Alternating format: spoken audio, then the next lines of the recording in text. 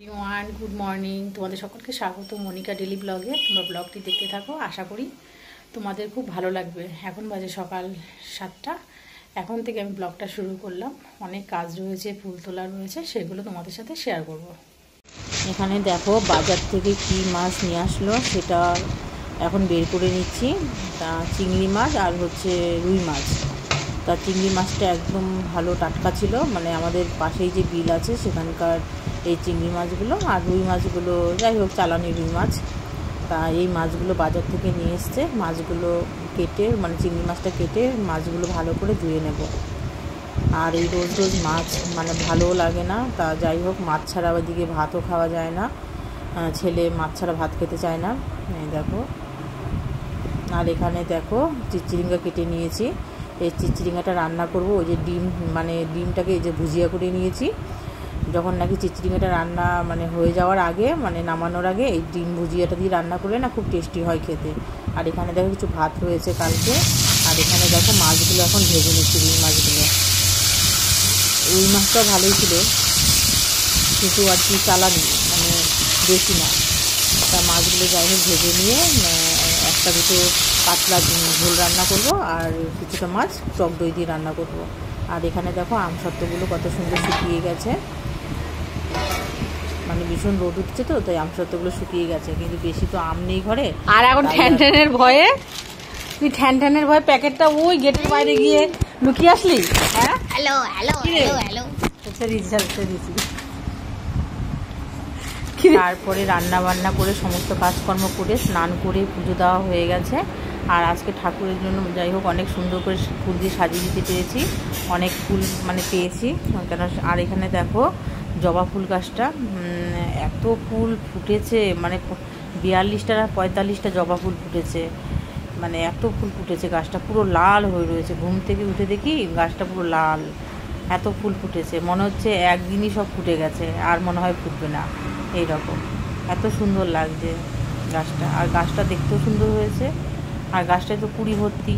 আর ঘুম থেকে উঠে দেখি একদম, মানে কী যে বলবো, এত সুন্দর লাগছিল গাছটাকে দেখতে। তা দেখো সকালবেলায় কেমন রোদ উঠেছে, ভীষণ রোদ উঠেছে। তা এই দেখো ফুলগুলো এখন সব তুলে নেব। আর ফুল তো আমার ভীষণ ভালো লাগে। তা আরও অনেক গাছ ছিল, সব কেটে দিয়েছি। তাই দেখো এখন ফুলগুলো সব তুলে নিই। ফুল তুলে নিয়ে এবার রান্নাঘরে চলে গেলাম। এই দেখো আগের দিন অনেকটা মাংস নিয়েছিল, চিকেন, তা রেখে দিয়েছিলাম, কেননা অতটা মাংস লাগবে না। এখানে দেখো গরম ভাতও হয়ে গেছে, উপর দিয়ে দিয়েছি। আর এখানে একদম ওই পেঁপে গাজর আলু দিয়ে চিকেন স্টু রান্না করছি, পাতলা করে একদম। কেননা বললো গরমে তেল মশলা দিয়ে খাবে না, তাই জন্য এরকমভাবে রান্না করলাম। আর রান্না করব আজকে আলু পটলের তরকারি। কেননা আলু পটলের তরকারিটা আমার ভীষণ ভালো লাগে, মানে মাছ মাংসর থেকেও বেশি ভালো লাগে। আমার দেখবে মাছ মাংস দিয়ে না অতটা ভাত খাওয়া যায় না, মানে সবজি টবজি দিয়ে ভালো ভাত খাওয়া যায়। তা এখানে দেখো এটা জল ঢেলে দিয়েছি, এবার ঢেকে দেবো। আর এখানে দেখো পাঁপড় ভেজে নিয়েছি। আর এখানে যে চিকেন অল্প একটু রেখে দিয়েছি, সেটা রান্না করেছি। আর এখানে দেখো আলুগুলো ভেজে নিচ্ছি, ওখানে পটল কেটে নিয়েছি। আমাদের তো প্রত্যেক দিন মাছ মাংস এটা সেটা রান্না করা শেয়ার করি। আজকে তোমাদের আলু পটলের তরকারিটা রান্না করে দেখাচ্ছি। এখানে দেখো পটল ভেজেছি বলে কড়াইটা একটুখানি লাল লাল হয়ে গেছে। এখানে জিরে দিয়ে দিলাম, এখানে তেজপাতা আর গোটা গরম মশলা।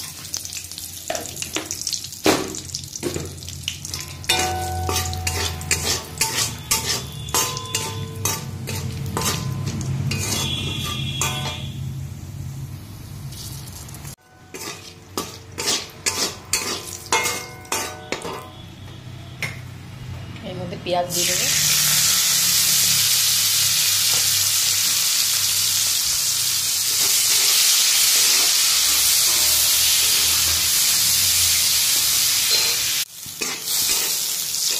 এখানে দেখো পেঁয়াজটা একটু ভাজা ভাজা হয়ে গেছে, টমেটোগুলো দিয়ে দেবো।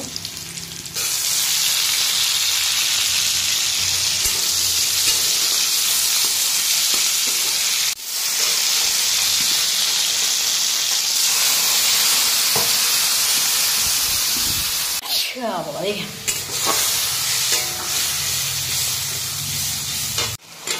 এখানে সমস্ত মশলা দিয়ে দিয়েছি, ধনের গুঁড়ো, লঙ্কার গুঁড়ো, হলুদ আর লবণ। এখন মশলাটাকে ভালো করে কষিয়ে নেব, তারপরে এই আলু পটলগুলো দিয়ে দেবো।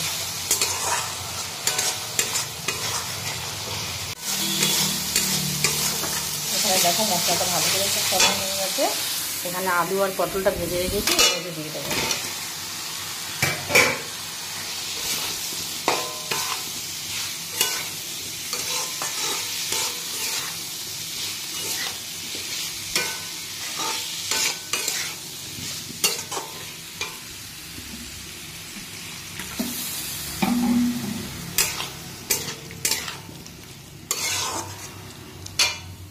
ভাতে একটা আলু সিদ্ধ দিয়েছিলাম, সেটা লঙ্কাটা বোঝাচ্ছে, সেটা এখন মেখে দেবো। এইভাবে তেলে শুকনো লঙ্কা ভেজে আলু সিদ্ধ মাখলে খেতে ভীষণ ভালো লাগে।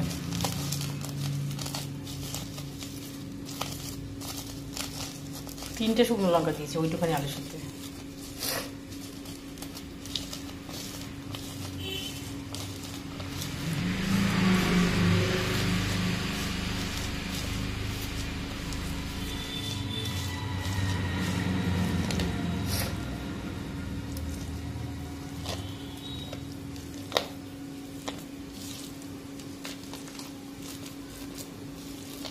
এই রকমভাবে আলু সিদ্ধ মেখে আমার আলু সিদ্ধ দিয়ে খাওয়া হয়ে যাবে এক থালা ভাত, একটু সামান্য ঘি নিয়ে নিলে।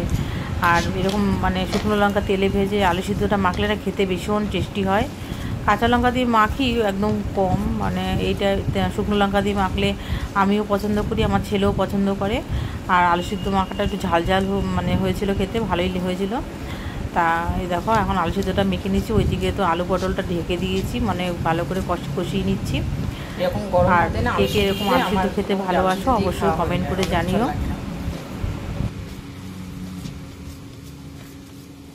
আর ওইদিকে তো আলু পটলের তরকারিটা বসিয়েছি। আর আলু পটলের তরকারি এরকম আলু সিদ্ধ হলে না আমার আর মাছ মাংস লাগে না, এই দিয়েই ভাত খাওয়া হয়ে যায়। আর আমি এমনি তো মাছ মাংস রান্না করলেও খুব একটা বেশি খাই না, তা সবজি তারপর সিদ্ধ ডাল এগুলোই বেশি পছন্দ করি। মাছ মাংস খাই, খুবই অল্প খাই। আর এদিকে দেখো আলু পটলের তরকারিটা রান্না করা হয়ে গেছে।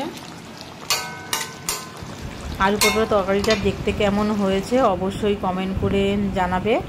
আর তোমাদের যদি ভিডিওটা ভালো লাগে তাহলে লাইক, কমেন্ট, শেয়ার আর সাবস্ক্রাইব করে দিও। দেখা হচ্ছে নেক্সট ব্লগে। টাটা।